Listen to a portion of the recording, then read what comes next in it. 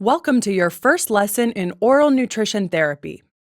Oral nutrition therapy includes therapeutic diets and nutrition supplements. In this MedMastery lesson, I'll be teaching you all about therapeutic diets and their indications. Therapeutic diets fall under medical nutrition therapy as their purpose is to control the intake of certain foods or nutrients to help treat a medical condition. Think of, for example, a diabetic diet. Therapeutic diets are more commonly used in the outpatient setting, where patients aren't critically ill and have more control over their food choices. But they can have a place in the inpatient setting. And since this course is about inpatient nutrition, we'll focus on that. What I really want to emphasize in this lesson is that since malnutrition is so prevalent in the inpatient setting, therapeutic diets should be used sparingly.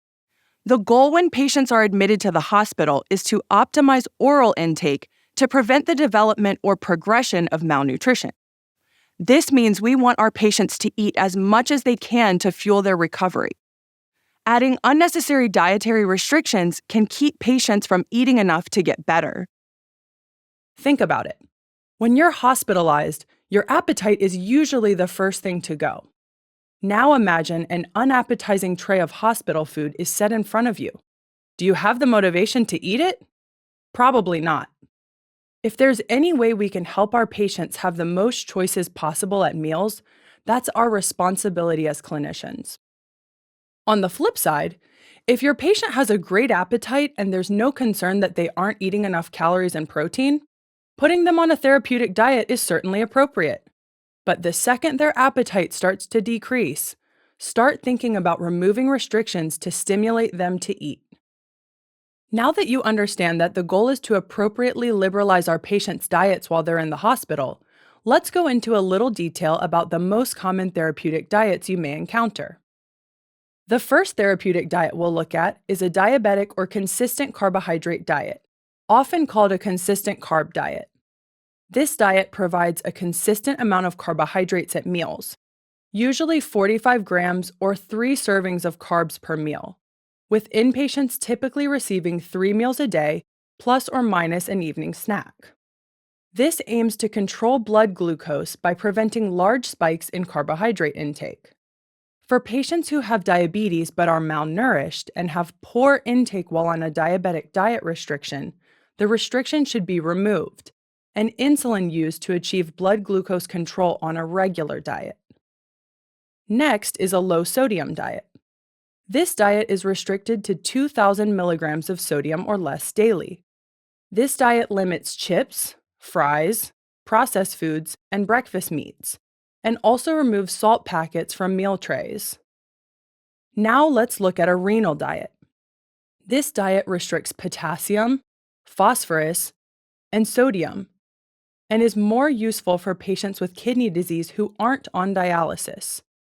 This diet is quite restrictive, and patients often find it unpalatable as it removes potatoes, tomatoes, dark sodas, dairy, orange juice, and any high-salt foods such as breakfast meats, processed foods, and salt packets. Next, we have low-fat diets. This diet restricts fat to 50 grams per day and is appropriate for pancreatitis, gastroesophageal reflux disease or GERD, and gallbladder disorders. Foods excluded are high-fat meat or dairy products, fried foods, most baked goods, and processed foods such as chips. Now let's look at a heart-healthy diet. This diet combines a low-sodium diet with a low-fat diet, and most patients find it extremely unappetizing. It is often ordered for any patient admitted with a heart condition, but it isn't really appropriate for inpatient settings because a heart-healthy diet has to be followed long-term in order to see any significant effects. Next, we have low-fiber diets. This diet restricts fruit and vegetables and high-fiber grains. It can be used for GI conditions or post-GI surgery to reduce the work the body has to do digesting food. Once your patient is tolerating a low-fiber diet well, it's usually time to progress to a regular diet that doesn't limit fiber. Now, let's look at a clear liquid diet. This diet is often used after surgery to start patients off with a gentle diet to determine tolerance before progressing to solids. It includes only liquids that are clear, such as broth, juice, gelatin, and popsicles.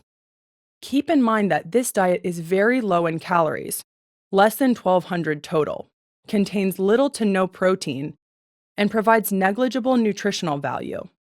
Minimizing unnecessary time on a clear liquid diet is important to ensure calorie and protein needs are met. Being on a clear liquid diet for prolonged periods of time can put patients at risk for refeeding syndrome. Moving on, let's look at a full liquid diet. This diet includes items such as pureed soups, ice cream, gravies, oatmeal, and puddings, as well as all clear liquids. It can occasionally be ordered as a transition from a clear liquid diet to a solid diet. However, this is almost always an unnecessary step and delays the patient from receiving adequate nutrition, since this diet is also low in calories and protein. Lastly, I want to touch on a special type of therapeutic diet: texture-modified diets. These diets, along with thickened liquids, are used for patients with swallowing problems or dysphagia and are called International Dysphagia Diet Standardization Initiative diets, known as IDSI diets. These diets range from liquidized foods all the way to soft and bite-sized foods and may or may not need to be administered with thickened liquids, depending on the assessment of a speech-language pathologist. The goal of texture-modified diets for dysphagia is to prevent aspiration. Speech-language pathologists evaluate patients with swallowing difficulties and provide recommendations as to whether or not they can swallow safely on a regular texture diet with thin liquids, or if they need a texture-modified diet. These texture recommendations should always be followed exactly. However, if a patient needs a texture-modified diet, it's best to reduce any other therapeutic restriction if possible. For example, combining a pureed diet with a renal diet restriction further decreases its palatability, so liberalizing to a pureed diet alone is preferable. So I hope you liked this video. Absolutely make sure to check out the course this video was taken from and to register for a free trial account which will give you access to selected chapters of the course. If you want to learn how MedMastery can help you become a great clinician, make sure to watch the About MedMastery video. So thanks for watching, and I hope to see you again soon.